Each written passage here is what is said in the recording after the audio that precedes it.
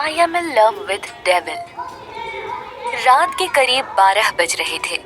बारिश रुकने का नाम ही नहीं ले रही थी कि तभी अचानक दिया के घर के गेट पर किसी ने दस्तक दी।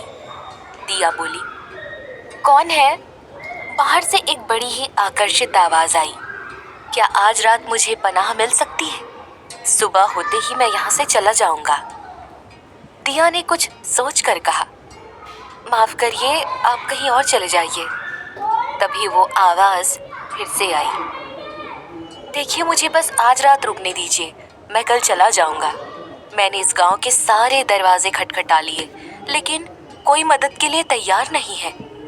आपका घर आखिरी है, बारिश बहुत तेज है, आप मुझ पर भरोसा कर सकती हैं। दिया कुछ बोलने ही वाली थी, तब तक उसकी माँ पीछे से आते हुए देवकी जी ने कहा, क्या हुआ दिया, किससे बात कर रही है?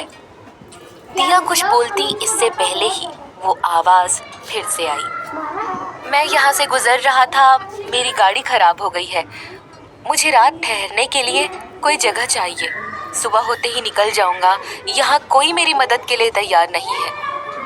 देवकी जी ने कुछ सोचते हुए दरवाजा खोल दिया।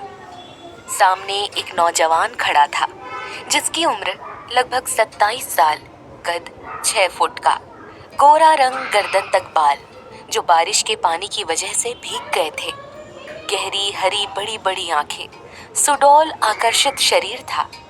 उसने देवकी जी से कहा, मेरा नाम शिव है, मैं दिल्ली जा रहा था, लेकिन रास्ते में ही गाड़ी खराब हो गई। बारिश की वजह से कोई मैकेनिक भी आने को तैयार नहीं है, मैं सुबह होते ही यहाँ से चला जाऊंगा।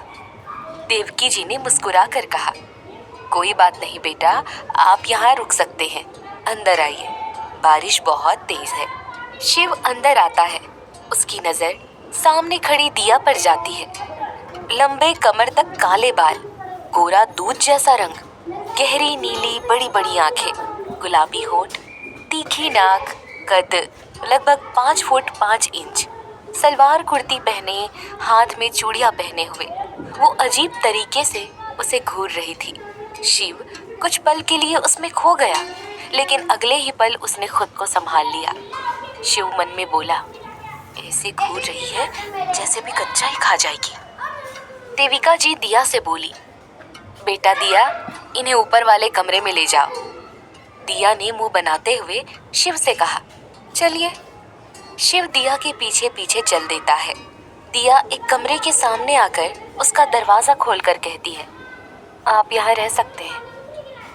इतना कहकर जाने लगती है तो शिव पीछे से बोलता है, अभी कुछ देर पहले तो तुम ही मुझे यहाँ रुकने को मना